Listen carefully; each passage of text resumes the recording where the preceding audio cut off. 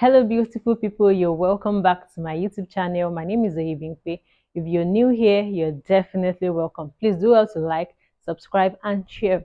And to my returning subscribers, thank you guys for always coming back. How you doing, guys? Thank you for always coming back. I am super grateful. So today we're going to be talking about why some snail farm or farmers fail. Yeah. Okay, let me just put it this way. Why some snail farmers fail. I understand that a lot of people say snail farming is easy to venture into and it's not something that will take a lot of money.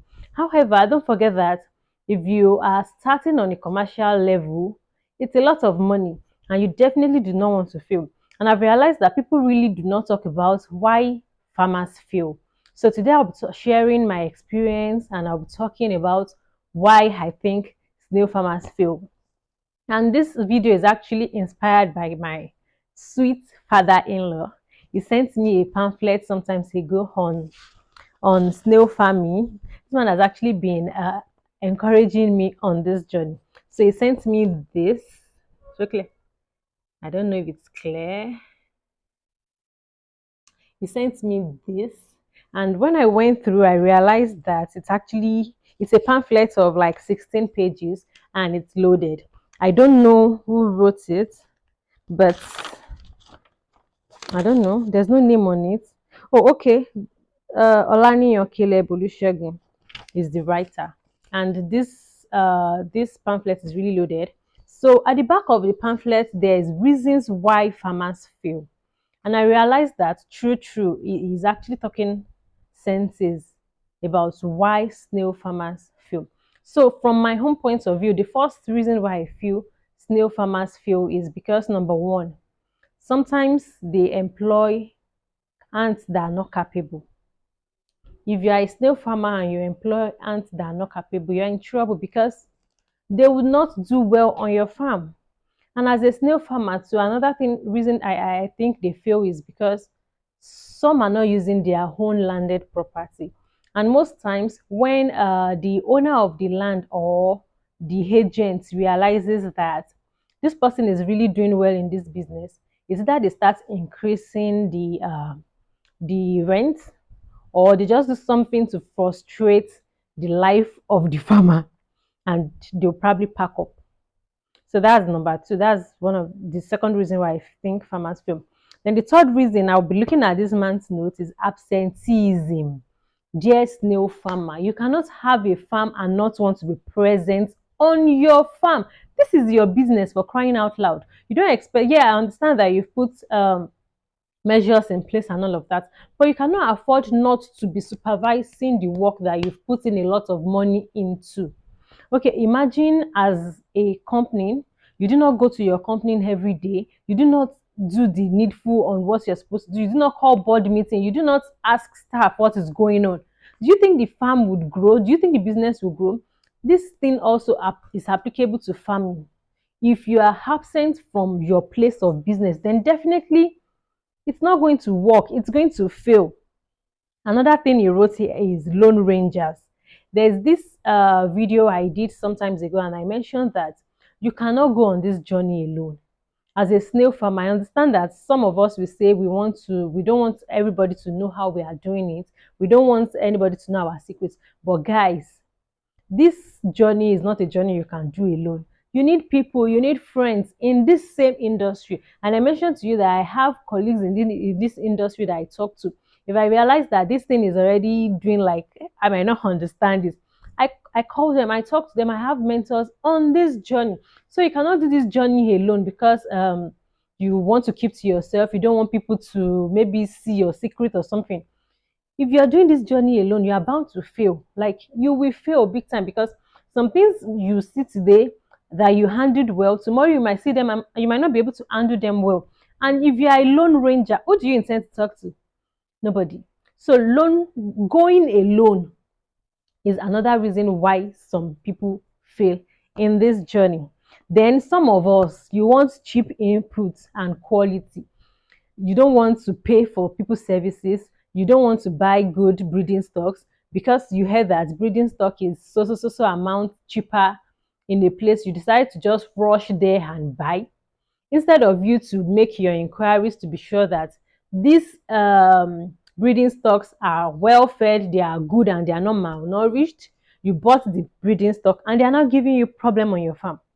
If you buy bad breeding stocks, you are going to fail and you are going to waste money. Then quality inputs. Some of us want to start our snail farm.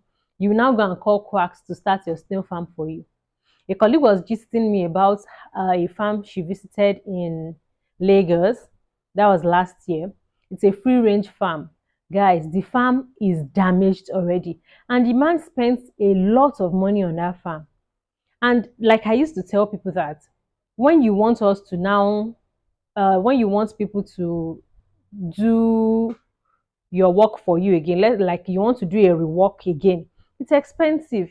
Damage control is expensive compared to when you want to start and you bring experts to your farm to start for you. This man started with a whole lot of money and this business failed. Thank God for my colleague that was able to help them do the damage control, and the farm is now doing properly well now. If you do things cheap, if you do use quality materials that are not quality because you just want to save money and all of that, your farm would fail. So this is another reason why farmers fail. Then starting big.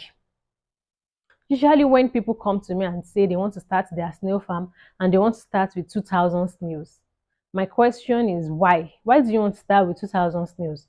You've not done this business before. You want to venture into a new business and you want to start with that much. How about start with something small that you can handle, then grow into being big? For some people, because they're always in a rush, they would like to always grow or to go into it big, and they still come back to us and say, Pearl Farms, please, I need your help. When we advise that start small and grow big, it is because we understand that your capacity might not be able to, your mental capacity might not be able to take care of this big thing you want to start with. You might not be, your staffs might not be able to handle these big things you want to start with. So that is why we advise that you start small. Then another reason why snail farmers fail is because they don't keep record. As a snail farmer, you started your farm with, say, 50 snails. You did not keep record of, okay, so today a snail laid an egg, laid 6 eggs, and hatched 4 eggs. You did not know about that. Or say at the end of May, I had 500 snails and we have 200 baby snails. At the end of July, we had 500 breeding stock, 200 baby snails, 300 medium sizes, 100 jumbo sizes. You did not have that record. If you don't keep records, how do you intend to move forward? How do you know you are even failing on the long run? There's no way you are measuring your growth. There's no way you are checking your growth. So dear snail farmers, keep record. Then you are focused on what this person say. You're focused on what a lot of people are saying. In the multitude of too much counsel, sometimes in snail farming days, you are bound to fail. So how about you focus on just one mentor?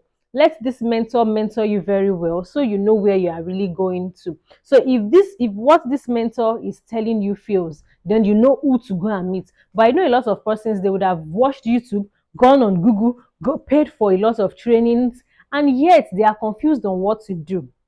You have to be focused on, say, okay, let's assume that you want to check, let's assume that your snails are not eating well, they're not feeding well, and you know what to do. But because you've already learned from 3 4 persons that this is what to do, you are confused on what to do. So how about you just focus on one thing and apply that thing to your farm, so you don't just be jumping from one cure to another, from one problem to another. Some people would say feed your snails with feed, do not feed them with, sorry, feed your snails with feed, do not feed them with fruit, feed your snails with fruit, do not feed them with feed. Don't be confused. Focus on your focus. Focus on what is working for you. I told someone recently that when I started snail farming, where I got my snails from, they eat water leaf from where I got them from. But when they got to my own farm, they did not eat water leaf because There's a change of environment. So imagine me forcing them that because I've heard that snails eat water leaf, my snails must eat water leaf by force. Definitely I'm starving my snails to death. So guys, I want us to focus on our focus on what works for you. So let me do a recap of everything that I've said. So in case you missed some, you do not have to miss them now. Number one, I said some people, their farmer, their agents or their landlords or their landowner forces them to leave because there's increase in price of rent, or because the agent sees that this person is doing well and probably is jealous and wants to send them off. So that's one of the reasons why snail farmers fail. Another one is absenteeism. You are absent from whatever is happening on your farm. You don't even have an idea of what is happening on your farm. Then cheap input. You are buying breeders that are not good. You are buying breeders that are not prolific. You are using items that are not quality on your farm. Then some of us want to start big. If you start big and you're not able to manage or handle the capacity of starting big, then you are bound to fail. Then zero or no proper record. You do not have proper record of what is going on in your farm. You are also bound to fail. Then looking out for a lot of people, being distracted, not being focused on what actually works for you, is actually one of the reasons why you will fail. I hope that you've been able to learn a thing or two from everything I have said, and I know that this video has helped you in a way.